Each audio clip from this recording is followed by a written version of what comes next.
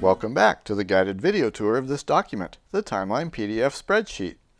In the last two videos, we've established our anchor point when Caleb is 85 years old. This is the 7th year after Joshua brought the people across the Jordan River.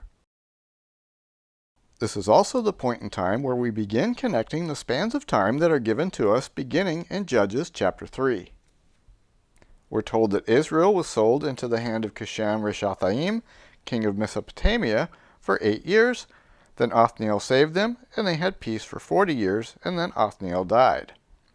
Othniel is Caleb's nephew, and we were already introduced to him earlier in the book of Joshua. It's during the second half of Othniel's 40 years of peace that Joshua died at 110 years old. Since Joshua is not anchored to the timeline like Caleb is, we give Joshua a plus or minus of 5 years based on the information that we do have.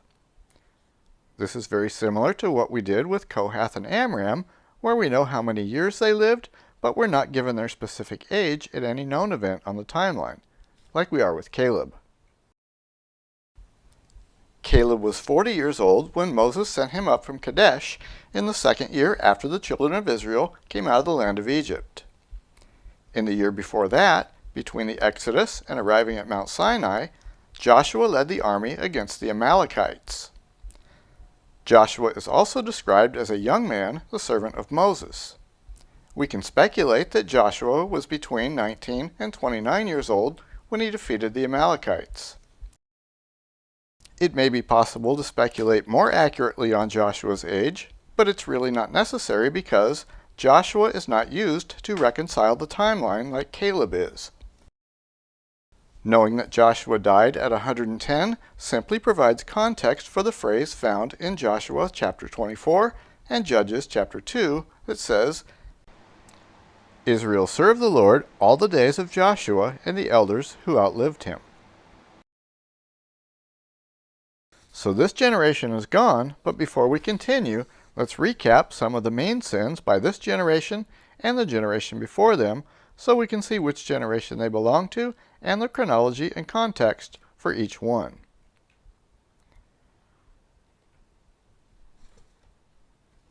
When they first came out of Egypt and traveled to Mount Sinai, they made a golden calf. Then at the beginning of the next year, the second year after the children of Israel came out of the land of Egypt, the tabernacle was set up, and Nadab and Abihu died for their sin. Then when they left Mount Sinai near the end of the second month and headed for Kadesh, they complained about the manna, and God sent them waist-deep quail. Also before they got to Kadesh is when Miriam and Aaron spoke against Moses, and Miriam was struck with leprosy. Once they got to Kadesh, the spies were sent out, and they came back with a bad report. They refused to trust God and would not go in to take possession of the land. Next, we have Korah's rebellion, when the Lord opened up the earth and swallowed them. Then the very next day, the people rebelled, and 14,700 people were killed in a plague. Then they wandered in the desert until all those 20 years old and above had died. At the end of the wilderness wanderings, in the 40th year after the children of Israel came out of the land of Egypt, we have a new generation that is preparing to enter the Promised Land. At the beginning of this year, Moses incorrectly strikes the rock for water, and because of this, he will not be allowed to cross the Jordan at the beginning of the next year. Then the people travel around Moab and Edom, and on the way, this new generation complained about the manna, and God sent fiery serpents among them. This is when Moses made the bronze serpent and lifted it up. A few months later, after defeating Sihon and Og east of the Jordan, the Israelites commit harlotry with Moabite women in Baal worship, and God sent a plague among the people, which Phinehas stopped with a javelin. At the beginning of the next year, Joshua brought the people across the Jordan where Achan sinned at Jericho by taking from the devoted things, and as a result, the Israelites were defeated at Ai. As we saw in the last video, The sins in Judges chapters 17 through 21 concerning Micah's idolatry and the Levite and his concubine can also be attributed to this second generation. Then Judges chapter 2 verse 10 says, "When all that generation had been gathered to their fathers, another generation arose after them, who did not know the Lord, nor the work which he had done for Israel." This is when we see Eglon, king of Moab, along with the Ammonites and the Amalekites, take over Jericho, and Israel serves Eglon 18 years. If we remember from the account of the Levite and his concubine, the tribe of Benjamin was just recently decimated and reduced to 600 men, and Jericho was in Benjamite territory. Then we have Ehud, the left-handed Benjamite, which should bring to mind the left-handed Benjamite warriors mentioned in Judges 20:16, also from the account of the Levite and his concubine. Ehud kills Eglon, king of Moab, and Israel has peace for 80 years.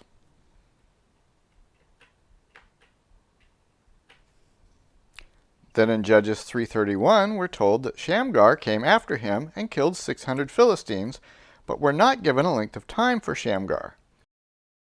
Instead, we are told that when Ehud was dead, Jabin, king of Canaan, oppressed Israel 20 years.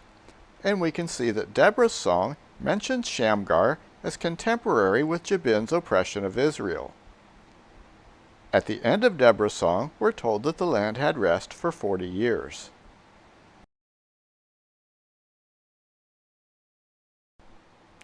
Next, the Lord delivered Israel into the hand of Midian for 7 years. Then Gideon rescued them, and the country was quiet for 40 years. After Gideon, his son Abimelech tried to become king, but he was killed after 3 years. Then in the first 3 verses of chapter 10, we are given 2 more judges and the years that they governed. The translation would seem to indicate that these 3 men judged one after another, but just as we saw in the last video with Judges chapter 1 verse 1, the wording does not accurately portray the order of events. The anchor points and synchronisms provided in Scripture will define the chronology for us, as we have already seen. After the Ammonites oppress Israel 18 years, Jephthah comes on the scene and gives us the anchor point for reconciling the chronology. Jephthah recounts the events from the 40th year after they came out of Egypt, and he tells us exactly how long ago it was, 300 years. So with each row of our spreadsheet representing a year, we can simply count off 300 years from our anchor point, the 40th year after they came out of Egypt, which was the same year that Sihon was defeated.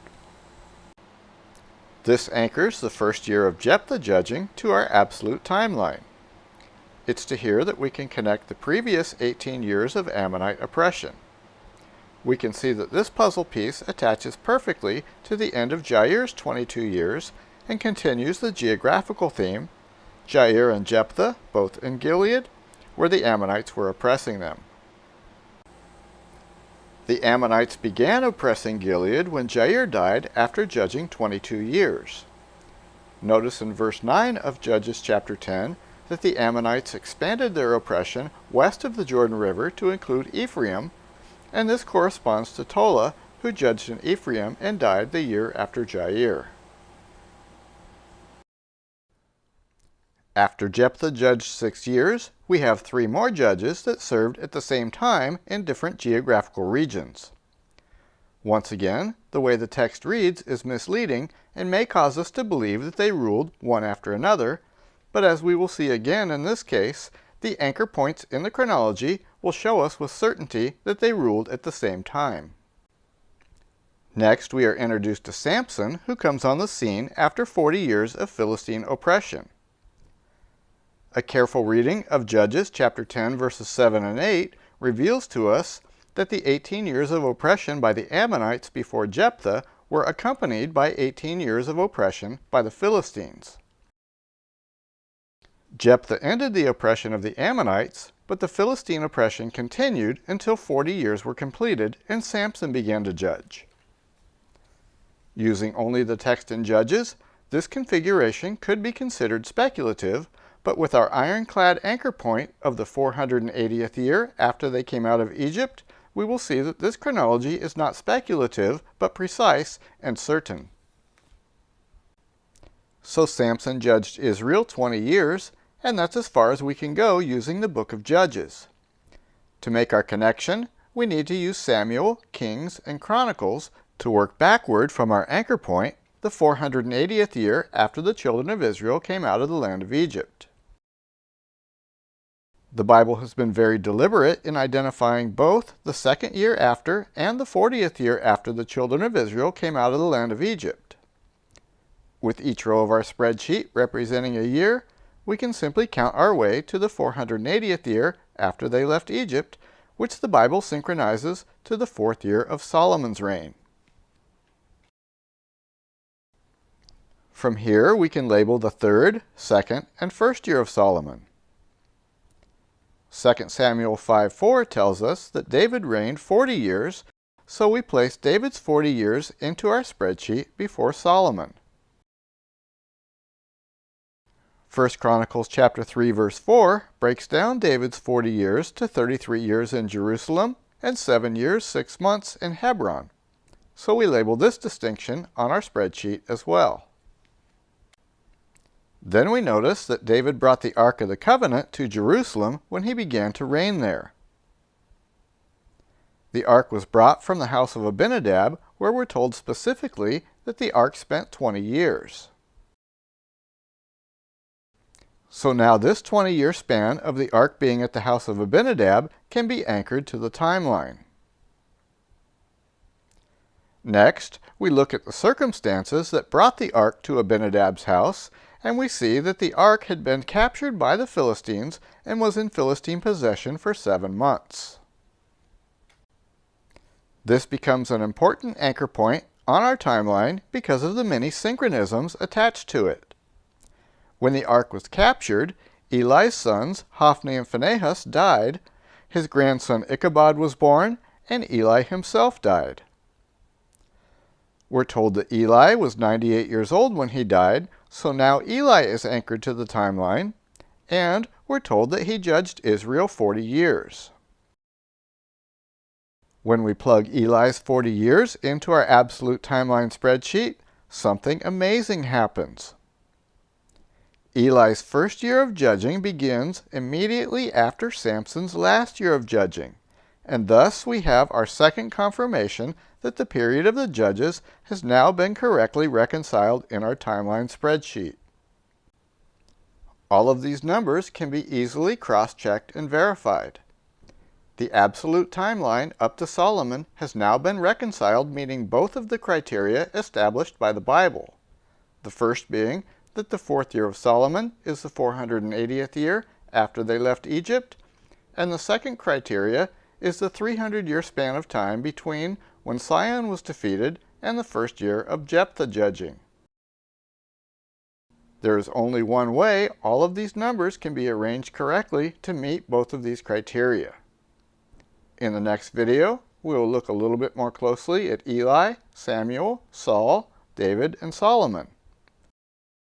You can download the complete Timeline PDF spreadsheet, perfect for referencing on your computer, tablet, or phone, by clicking on the link in the description in this video. May God bless you in your studies, and we'll see you here next time.